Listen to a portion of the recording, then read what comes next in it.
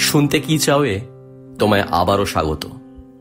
এই সপ্তাহের গল্প বউচণ্ডীর মাঠ। লেখক বিভূতিভূষণ বন্দ্যোপাধ্যায়। গল্প পাঠে রয়েছি আমি, সঞ্জীব। গ্রামের বাঁওড়ের মধ্যে নৌকো ঢুকেই জল ঝাঁঝির দামে আটকে গেল। কানুনগো হেমেনবাবু বললেন, বাবলা গাছটার গায়ে কাছি জড়িয়ে বেঁধে নাও। বাইরের নদীতে ভাঁটার টান ধরেছে। নাটা কাঁটা ঝোপের নিচের জল সরে গিয়ে একটু একটু করে কাদা বার হচ্ছে। হেমেনবাবু বললেন, একটুখানি নেমে দেখবেন না কোথায় পিন খোলা হয়েছে? যত শিগগির খানাপুরিটা শেষ হয়ে যায়। এমন সুন্দর বিকেলটাতে আর কাজ করতে ইচ্ছা হলো না। পিছনের নৌকো থেকে লোকজনেরা নেমে জায়গা ঠিক করে সেখানে তাঁবু ফেলবে। জরিপের বড় সাহেবের শিগগির সদর থেকে আসবার কথা আছে। কাজেই যত তাড়াতাড়ি কাজ আরম্ভ হয় সকলের সেই দিকেই ঝোঁক। সাব ডেপুটি নৃপেনবাবু কাজ শেখবার জন্য এইবার প্রথম খানাপুরীর কাজে এসেছিলেন। বয়স বেশি না, ছোকরা, কিন্তু মাঝ নদীতে নৌকা দুললেই তাঁর অত্যন্ত ভয় হচ্ছিল। বোধহয় ভয়কে ফাঁকি দেবার জন্যই তিনি এতক্ষণ ছইয়ের মধ্যে ঘুমিয়ে পড়বার ভান করে শুয়েছিলেন। এবার ডাঙায় নৌকা লাগাতে তিনি ছইয়ের ভেতর থেকে বার হয়ে এলেন এবং একটু পরে হেমেনবাবুর সঙ্গে কথায় কথায় কি নিয়ে বেশ একটু তর্ক শুরু করলেন। নৃপেনবাবুকে বললুম, টেনেন্সি অ্যাক্টের কচকচিতে আর দরকার নেই, তার চেয়ে বরং চলুন নেমে তাঁবুর জায়গা ঠিক করা যাক। কাল সকালেই যাতে কাজ আরম্ভ করা যায়। চৈত্র মাস যায় যায়। গ্রাম্য নদীটির দুপার ভরে সবুজ লতানো গাছে নীলপাপড়ি বন অপরাজিতা ফুল ফুটে আছে। বাঁশঝাড় কোথাও জলের ধারে নত হয়ে পড়েছে। তলায় আকন্দ ঘেটু ফুলের বনফুলের ডালি মাথায় নিয়ে ঝিরঝিরে বাতাসে মাথা দোলাচ্ছে। দুধারের রোদ পোড়া কটা ঘাসওয়ালা মাঠের মাঝে মাঝে পত্রবিরল বাবলা গাছে গাংশালিকের ঝাঁ কিচকিচ করছে। নদীর বাঁ পাড়ের গায়ে গর্তের মধ্যে তাদের বাসা। মাকাললতার ঝোপের তলায় জলের ধারে কোথাও উঁচু উঁচু বনমূলোর ঝাড়। তাদের কুচো কুচো হলদে ফুল থেকে জায়ফলের মতো একটা ঘন গন্ধ উঠছে। বেলা আর একটু পড়লে আমরা সেই বাওড়ের ধারের মাঠে তাঁবুর জায়গা কোথায় ঠিক হবে দেখতে গেলুম। নদীর ধার থেকে গ্রাম একটু দূর হলেও গ্রামের মেয়েরা নদীতেই জল নিতে আসে। আমাদের যেখানে নৌকাখানা বাঁধা হয়েছিল তার বাঁ ধারে খানিকটা দূরে মাটিতে ধাপ কাটা কাঁচা ঘাট। গ্রামের একজন বৃদ্ধ বোধহয় নদীতে গ্রীষ্মের দিনের বৈকালে স্নান করতে আসছিলেন। তাকে আমরা জিজ্ঞেস করলুম, রসুলপুর কোন গাঁখানার নাম মশাই? সামনের এটা না ওই পাশে? তিনি বললেন, আগে না, এটা হলো কুমুরে, পাশের ওটা আমডাঙ্গা। রসুলপুর হলো এ গাঁগুলোর পেছনে, কোষ দুই তফাত। আপনারা? আমাদের পরিচয় শুনে বৃদ্ধ বললেন, এই মাঠটাতেই আপনারা তাঁবু ফেলবেন? আপনাদের জরিপের কাজ শেষ হতেও তো 5-6 মাস। আমরা বললুম, তা তো হবেই, বরং তার বেশি। বৃদ্ধ বললেন, এখানটা একটা ঠাকুরের স্থান, গাঁয়ের মেয়েরা পুজো দিতে আসে। বরং আর একটু সরে গিয়ে নদীর মুখের দিকে তাঁবু ফেলুন, নইলে মেয়েদের একটু অসুবিধে। বৃদ্ধের নাম ভুবন চক্রবর্তী। জরিপ আরম্ভ হয়ে গেলে নিজের দরকারে চক্রবর্তী মশাই দলিলপত্র বগলে অনেকবার তাঁবুতে যাতায়াত শুরু করে দিলেন। সকলের সঙ্গে তাঁর বেশ মেশামেশি ও আলাপ পরিচয় হয়ে গেল। তাঁর পৈতৃক জমাজমি অনেকে নাকি ফাঁকি দিয়ে দখল করেছে। আমাদের সাহায্যে এবার যদি সেগুলোর একটা গতি হয়, এই সব ধরনের কথা তিনি আমাদের প্রায়ই শোনাতেন। আমি সেখানে বেশি দিন ছিলুম না। খানাপুরীর কাজ আরম্ভ হয়ে গিয়েছে, আমি সেদিনই জেলায় ফিরব। জোয়ারের অপেক্ষায় নৌকো ছাড়তে দেরি হতে লাগলো। চক্রবর্তী মশাইও সেদিন উপস্থিত ছিলেন। কথায় কথায় জিজ্ঞাসা করলুম, এটাকে বৌচণ্ডীর মাঠ বলে কেন চক্রবর্তী মশাই? আপনাদের কি কোনো? নৃপেনবাবুও বললেন, ভালো কথা, বলুন তো চক্রবর্তী মশাই, বৌচণ্ডী আবার কি কথা? শুনিনি তো কখনো। আমাদের প্রশ্নের উত্তরে চক্রবর্তী মশাইয়ের মুখে একটা অদ্ভুত গল্প শুনলুম। তিনি বলতে লাগলেন, শুনুন তবে, এটা সেকালের গল্প, ছেলেবেলায় আমার ঠাকুরমার কাছ থেকে শোনা। এই অঞ্চলের অনেক প্রাচীন লোক এই গল্প জানে। সেকালে এ গ্রামে এক ঘর সম্পন্ন গৃহস্থ বাস করতেন। এখন আর তাদের কেউ নেই, তবে আমি যে সময়ের কথা বলছি সে সময় তাদের বড় শরিক পতিত পাবন চৌধুরী মহাশয়ের খুব নাম ডাক ছিল। এই পতিত পাবন চৌধুরী মহাশয় যখন তৃতীয় পক্ষের বিয়ে করে বউ ঘরে আনলেন তখন তার বয়স 50 পার হয়ে গিয়েছে। এমন যে বিশেষ বয়স তা নয়, বিশেষত ভোগের শরীর।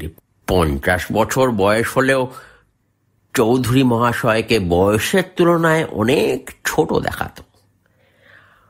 বউ দেখে বাড়ির সকলেই খুব সন্তুষ্ট হল।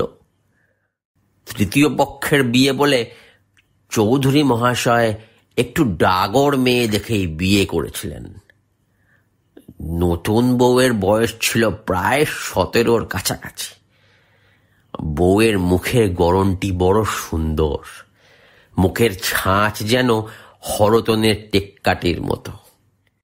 চোখ দুটি বেশ ডাগর, ভাষা ভাষা মুখে চোখে ভারী একটা শান্ত ভাব। নতুন বউয়ের কাজকর্ম আর ধীর শান্ত ভাব দেখে পাড়ার লোকে বললে, এরকম বউ এ গায়ে আর আসেনি। সে মাটির দিকে চোখ রেখে ছাড়া কথা বলে না। অল্প বয়সী খুড়শাশুড়ি দলের সামনেও ঘোমটা দেয়। সকলে বললে, যেমন লক্ষ্মীর মতো রূপ তেমনি গুণ। মাস 2-3 পরে কিন্তু একটা বড় বিপদ ঘটল। সকলে দেখলে বউটির আর সব ভালো বটে, একটা কিন্তু বড় দোষ। সে কিছুতেই স্বামীর ঘেঁস নিতে চায় না, প্রাণপণে এড়িয়ে চলতে চায়। প্রথম প্রথম সকলে ভেবেছিল নতুন বিয়ে হয়েছে, ছেলে মানুষ, বোধহয় সেই জন্যেই এরকম করে। ক্রমে কিন্তু দেখা গেল স্বামী কেন, যে কোনো পুরুষ মানুষ দেখলেই সে কেমন যেন ভয়ে কাঁপে। বাড়িতে যেদিন যজ্ঞী কি কোনো বড় কাজকর্মে বাইরের লোকের ভিড় হয় সেদিন সে ঘর থেকে আর বাড়ি হয় না। স্বামীর ঘরে কিছুতেই তো যেতে রাজি হয় না। মাসে 2 দিন কি 1 দিন সকলে আদর করে গায়ে হাত বুলিয়ে পাঠাতে যায়। সে জনে জনের পায়ে পড়ে, এর ওর কাছে কাকতি মিনতি করে, কিছুতেই বুঝ মানে না। পুরুষ মানুষের গলার স্বর শুনলেই কেমন যেন আড়ষ্ট হয়ে পড়ে।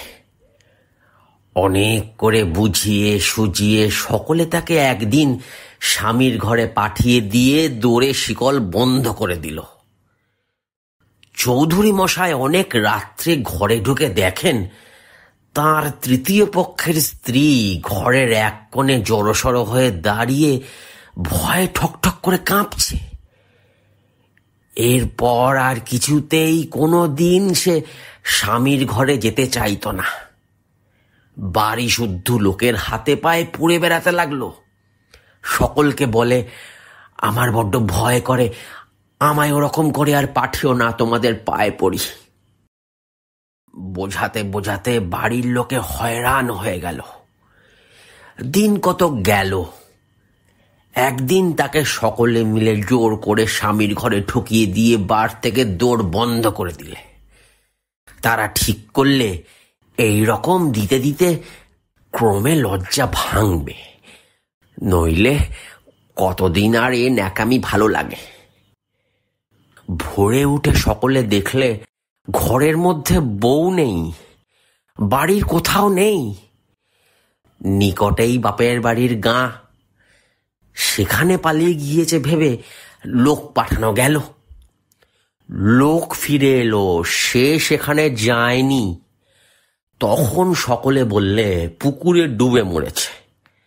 পুকুরে জাল ফেলা হলো, কোনো সন্ধান মেলে না। বউয়ের কচি মুখের ও নিরীহ চোখের ভাব মনে হয়ে লোকের মনে অন্য কোনো সন্দেহ জাগবার অবকাশ পেল না। কত দিকে কত সন্ধান করে যখন কোনো খোঁজে মিলল না, চৌধুরী মশাই মানসিক শোক নিবারণ করবার জন্য চতুর্থ পক্ষের স্ত্রী ঘরে আনলেন।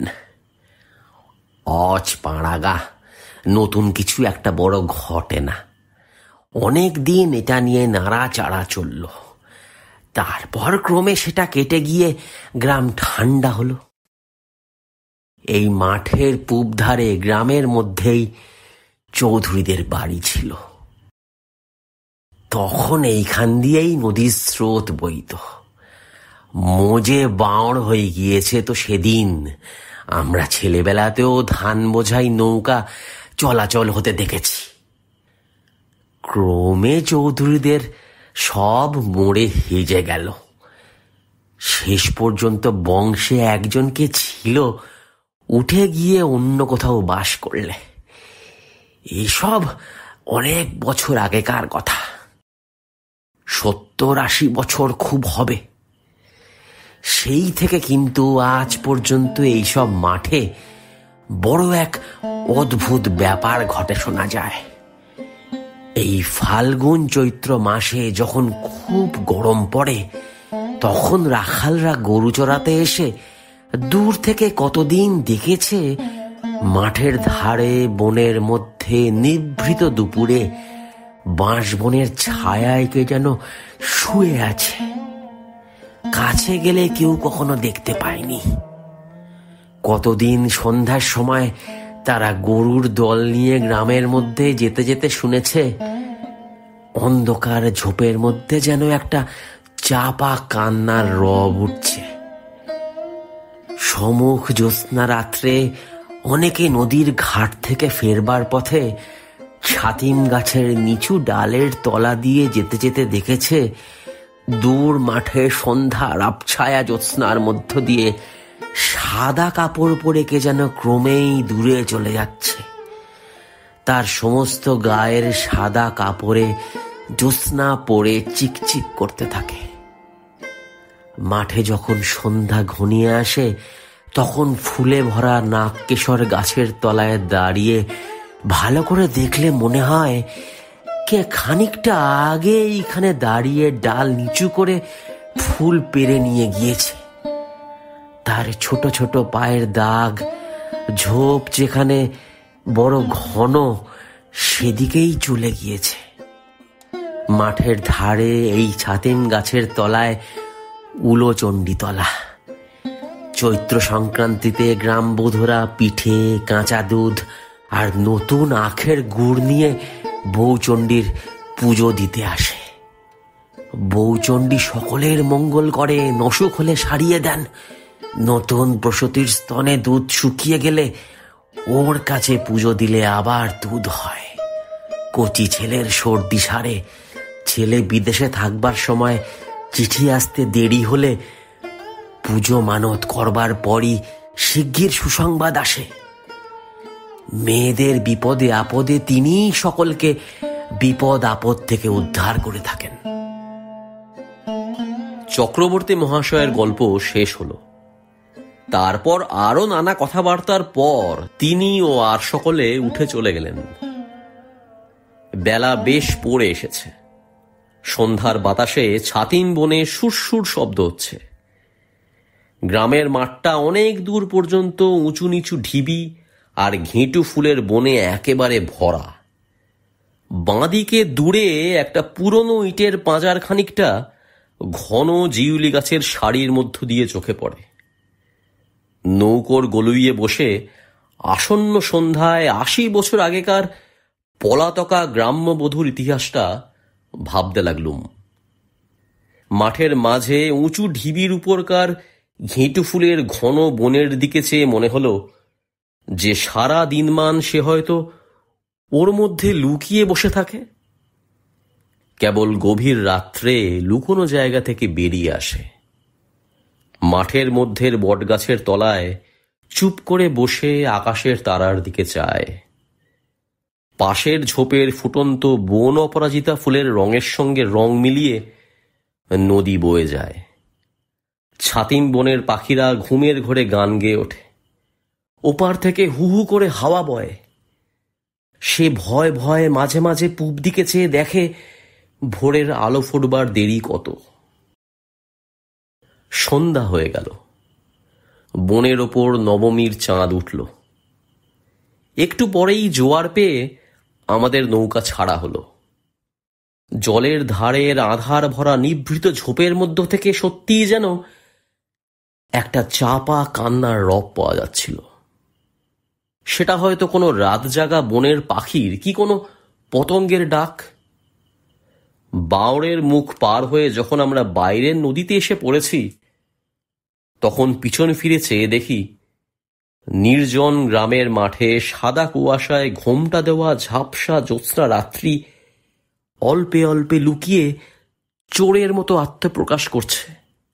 অনেক কাল আগেকার সেই লজ্জা কুণ্ঠিতা ভীরু পল্লী বধূটির মতন।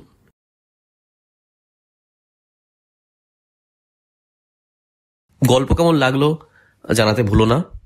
ভালো লাগলে লাইক করো, প্রিয় মানুষের সাথে শেয়ার করো। চ্যানেলটা সাবস্ক্রাইব না করা থাকলে সাবস্ক্রাইব করে দিও। জলদি ফিরে আসবো আবার নতুন গল্প নিয়ে। ভালো থেকো।